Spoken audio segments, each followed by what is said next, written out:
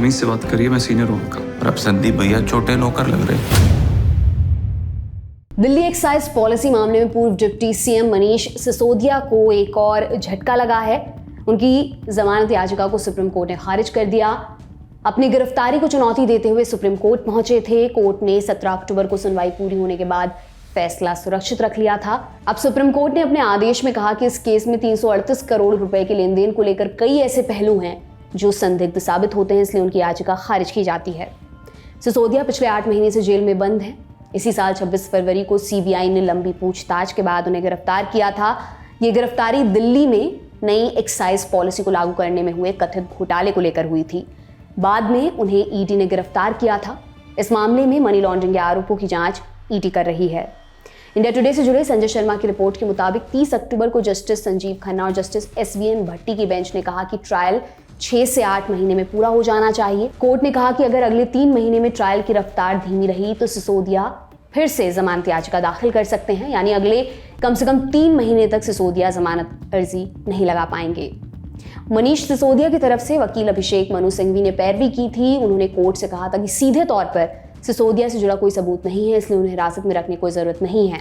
मनु सिंघवी ने यह भी कहा था कि सिसोदिया के भागने का भी कोई खतरा नहीं है, इसलिए उन्हें जमानत दी जाए। वहीं सुनवाई के दौरान सीबीआई और ईडी की ओर से पेश हुए एएसजी एसवी राजू ने कहा था कि नई शराब नीति कुछ लोगों को फायदा पहुंचाने के मकसद से बनाई गई थी। एएसजी ने दलील दी थी कि एक तरफ शराब नीति बदलने की बात चल रही थी और इसके साथ ही विजय नायर की ओर से रिश्वत मांगी जा रही थी। एएसजी ने आरोप लगाया कि विजय नायर सिसोदिया की तरफ से काम कर रहे थे। हालांकि इस पर जस्टिस खन्ना ने जांच एजेंसी से पूछा था कि ये किसका बयान है। जस्टिस खन्ना ने कहा था ये उनकी राय है, जिन्हें में 2 सवाल होंगे और ये केस नहीं टिक पाएगा। यह एक राय है, एक अनुमान निकाला गया है। नायर आम आदमी पार्टी के कम्युनिकेशन इंचार्ज थे। शराब घोटाले के मुख्य आरोपियों में उनका नाम भी शामिल है। दिल्ली में नई एक्साइज पॉलिसी को लागू करने में हुए कथित घोटाले को लेकर सीबीआई ने पिछले साल 17 अगस्त को एक केस दर्ज किया था।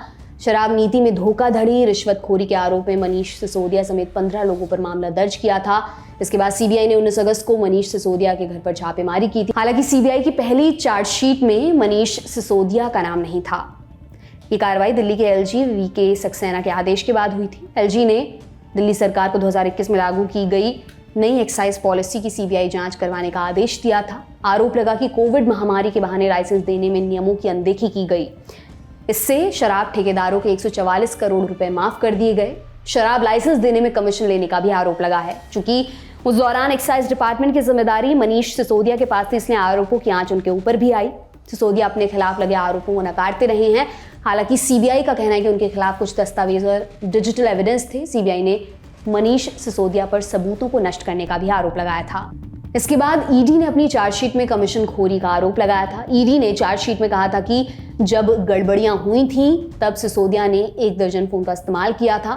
ईडी ने भी उन पर सबूतों को नष्ट करने का आरोप लगाया। इस मामले को लेकर हमने एक्सपर्ट से बात की। हमने उनसे पूछा कि सुप्रीम कोर्ट से मदद ना मिलने के बाद मनीष सिसोदिया के पास अब क्या ऑप्शंस बचते हैं। सुनिए उन्होंने क्या कहा। वैसे तो अब कोई ऑप्शन बचता नहीं है, क्योंकि सुप्रीम कोर्ट ने जो अपनी ऑब्जर्वेशन दी है उसमें ये कहा है कि आप ईडी और सीबीआई ने कहा हम 6 से 8 महीने में ट्रायल खत्म कर देंगे। और उसमें ये भी बोला है कोर्ट ने कि अगर 3 महीने तक लगता है कि ट्रायल धीमे चल रही है या नहीं खत्म होगी तो मनीष सिसोदिया जी फिर से बेल लगा सकते हैं। और दूसरा ये बोला है कि अगर कोई भी सर्कमस्टांस में चेंज हो, जैसे कोई बीमार है, कोई हेल्थ इशू है, तो वो बेल लगा सकते हैं। अदरवाइज अगर वैसे देखा जाए तो सुप्रीम कोर्ट में रिव्यू पिटिशन भी डाल सकते हैं। हमने एक्सपर्ट से ये भी जाना कि अगर मनीष सिसोदिया पर आरोप तय हो जाते हैं तो उन्हें कितनी सजा हो सकती है।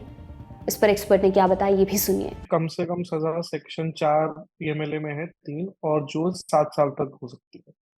तो ज्यादा से ज्यादा सजा 7 साल हो सकती है और कम से कम 3 साल। मनीष सिसोदिया के इस केस पर हमारी नजर लगातार बनी हुई है। इस पर जो भी अपडेट आएंगी हम आप तक पहुंचा देंगे। आपके लिए तमाम जानकारी जुटाई है हमारे साथी दीपेंद्र गांधी और साकेत आनंद ने।